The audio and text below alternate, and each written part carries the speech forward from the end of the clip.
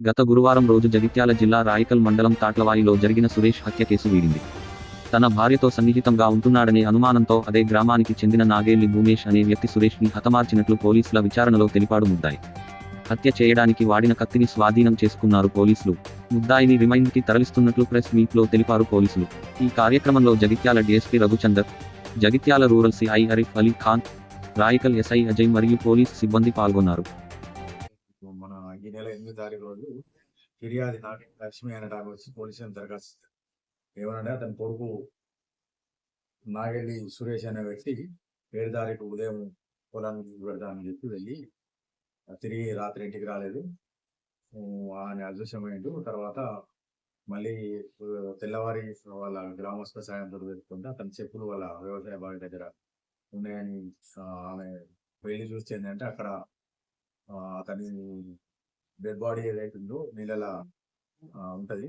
అది వాటర్ తీసేసి అతను గాయాలు సురేష్ యొక్క మృతదేహం బయటకు తీసి చూస్తుందట. మెడ మీద తీవ్ర గాయాలతోటి, మెడ మీద, తల మీద, కంటపై తీవ్ర గాయాలతోటి చనిపోయినట్లు. ఆమె ఇతనికి మృతి పట్ల నిందితుడు ఎవరైతే ఉన్నారో నాగవెల్లి భూమేష్ అనే అతని మీద మాకు డౌట్ ఉన్నది. గతంలో ఇతడు ఆయన చంపుతానని హెచ్చరించడం జరిగింది కాబట్టి తగు ఫిర్యాదు చట్టరీత్యా తగు చర్య తీసుకోమని ఫిర్యాదు చేయడం జరిగింది. దాని మీద విచారణ చేపట్టినాము. మన ఎస్ఐ రాయికల్ మరియు సిఐ జగిత్యాల రూరల్ గారు నేరస్థానానికి వెళ్ళి ఇంక్వెస్ట్ పంచనామా చేసి విచారణ చేపట్టి విచారణలో భాగంగా ఏం తెలిసిందంటే నాగెల్లి భూమేష్ అనే అతడు ఇతన్ని మృతుడిని గత కొంతకాలంగా మృతుని మీద అతడు వాళ్ళ భార్యతో సన్నిహితంగా ఉంటుందని అనుమానం పెంచుకొని పగ పెంచుకున్నాడు.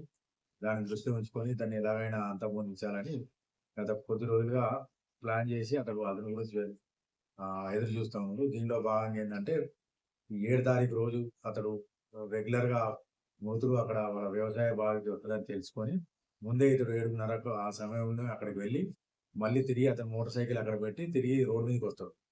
వచ్చి అక్కడ నించొని మృతుడు వస్తుంటే అతన్ని లిఫ్ట్ అడుగుతాడు.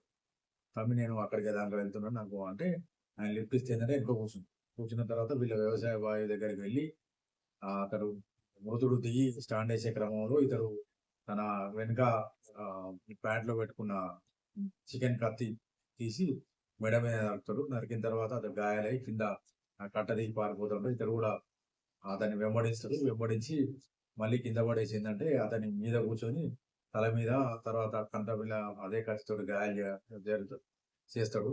తర్వాత చనిపోయిన నిర్ధారించుకొని ఈ మృతుడిని ఆ కత్తిని ఏంటంటే బావిలో తోసేస్తాడు. ఈ క్రమంలో నిందితుడి యొక్క సెల్ ఫోన్ కూడా బావిలో పడిపోతుంది. సో ఇది ఇతడు ఇంట్రాగేషన్ లో ఒప్పుకున్నాడు. అతని ఒప్పుకోలు ప్రకారం ఏంటంటే మృతుడిని ఇవాళటి రోజున ఉదయం వాళ్ళ ఇంట్లో ఆయన అప్పటి నుంచి పరారులో ఉన్నారు. ఈ రోజు ఉదయం రాత్రి ఇంటికి వచ్చిందని తెలిసి సమాచారంతో ఉదయం ఇంటికి వెళ్ళి పోలీసులు అతన్ని అరెస్ట్ చేసి పట్టుకొని విచారిస్తే ఏంటంటే అతను నేరం ఒప్పుకున్నాడు.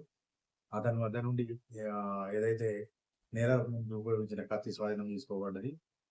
తర్వాత మళ్ళీ అతడు చనిపోయిన తర్వాత అతని బట్టల మీద రక్తం చేరుతుంది. వాళ్ళు వెళ్ళే ముందు ఏంటంటే ఇంటికి వెళ్ళి ఆ రక్తం మరకలను స్నానం చేసి ఉప్పేసి వేరే దగ్గర దాచిపెట్టారు. అతని పోల్ ప్రకారం ఆ రక్త బట్టలు కూడా స్వాధీనం చేసుకోవడం జరిగింది. ఇప్పుడు మృతుడిని మన నిందితుడిని ఏంటంటే ఈరోజు అరెస్ట్ చేసి ఏంటంటే కోర్టులో ప్రవేశపెట్టడం జరుగుతుంది.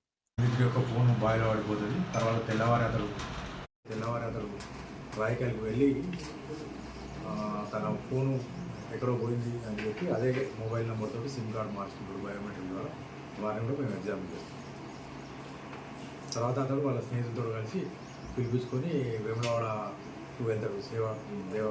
దేవుని సేవకు వెళ్ళి ఇంట్లో కూడా నేను సేవకు వెళ్తున్నా అని చెప్పి వాళ్ళకి అనుమానం రాకుండా చేద్దామని చెప్పి తర్వాత మన పోలీసు వారు అతని సమాచారం తీసి అతన్ని పట్టుకోవడం జరిగింది.